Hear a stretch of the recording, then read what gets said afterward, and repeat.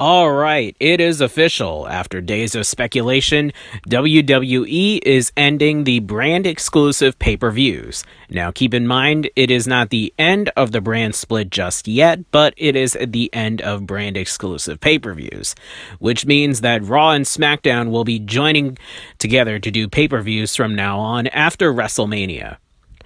Which means that Elimination Chamber will be the final Raw exclusive pay-per-view, and Fastlane will be the final SmackDown exclusive pay-per-view and the final brand exclusive pay-per-view overall. It was announced on Saturday morning that WWE will go to dual-branded pay-per-views after WrestleMania, starting with Backlash. Also, that means that Payback, Battleground, and No Mercy have been dropped from the pay-per-view lineup, and of course Extreme Rules has been moved from September to July. Now, what does this mean? Well, it means that the brand exclusive pay-per-views were not drawing well in terms of tickets as well as the WWE Network views. What are my thoughts on it? Well, I have to say that I think they should have kept it dual branded in the early stages of the second brand split, and then go to the brand exclusive pay-per-views. That was my thinking. I believed that when they started the second brand split around July of 2016, they should have kept the dual branded pay-per-views for quite a while until WWE can establish both brands of Raw and SmackDown, and then go to brand exclusive pay-per-views after WrestleMania 33. Unfortunately, WWE jumped the gun. They went straight to brand exclusive pay-per-views after SummerSlam, and creative got lazy. Now we're back to square one. There's a lot of mixed reviews about this. Some like it because WWE will cut back on pay-per-views, and that means that both Raw and SmackDown creative teams won't get lazy, but the others may not like it. And here is a tweet from Everyone Loves a BJ. Yes, that's his username. Everyone Loves a BJ. Here is his thoughts on it in a Twitter thread. Here, WWE announced today that they are ending brand exclusive pay-per-views, stating lack of depth of rosters and with storytelling that left parts of pay-per-views sometimes being uninteresting. This countered countered this comment, that saying that this will save them money in the long run. While having merits to the reason, they wouldn't have this reason if they would have put more talent into all the talent than just some talent. Both Raw and SmackDown Live have incredible rosters that half of which don't get the exposure they deserve. On top of that, now with no brand exclusive pay-per-view talents who could have time to be exposed to those fans that only catch up on pay-per-views are no longer even going to be featured. And when you have superstars that might appear on Raw or SmackDown, if they don't develop a storyline that's worthy of a pay-per-view spot, then they are going to feel like a worthless segment, or it will come off flat.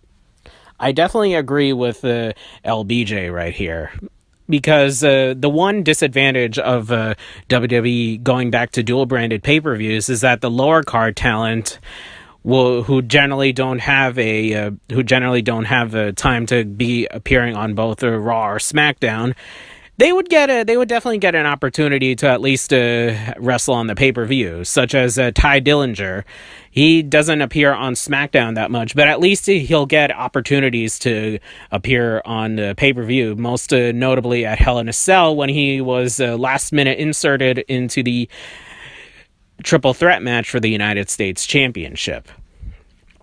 So yes, this is definitely a big loss for those people that don't appear on the weekly TV shows, but do get an opportunity to compete at the pay-per-view. That's definitely one big loss right there. And of course, that also means that there's going to be too many title matches on the dual-branded shows. So here's how I do it. I got a feeling that there is going to be a unification of the women's titles and the tag titles down the road, because there are too many titles on dual branded pay-per-views now. This is not like the Big Four events. This is going to be like almost every event is going to be a Big Four event. So that means that I got a feeling that the Raw and SmackDown tag titles will be unified, as well as the Raw and SmackDown women's championships, which means that the tag champs and the women's champs will be floating between both brands, which is similar to the 2002 brand split originally, but the main difference was the floating champions were the WWE Undisputed Champion and the Women's Champion originally, and then around late 2002 they ended the floating champ of Undisputed WWE Champion, which led to the World Heavyweight title, otherwise known as the Big Gold Belt. I don't see the two world titles merging anytime soon as of right now, because there definitely are benefactors of the brand split, such as AJ Styles, who's definitely a benefactor of the brand split. Had it not been for the brand split, I got a feeling he wouldn't have been WWE champion. So that's definitely one benefit to the brand split. So is this the beginning of the end for the brand split? It hard to see, but the last brand split nearly ended like this, where around 2007 they ended the brand exclusive pay-per-views, went to dual branded, and then slowly they stopped caring about what's brand exclusive, and then all of a sudden around 2011 they decided to end the brand split altogether. And now 2016 they reintroduced the brand split due to all the talent surplus from NXT. And now they're ending the brand exclusive pay-per-views after WrestleMania 34. It's really hard to say what goes on.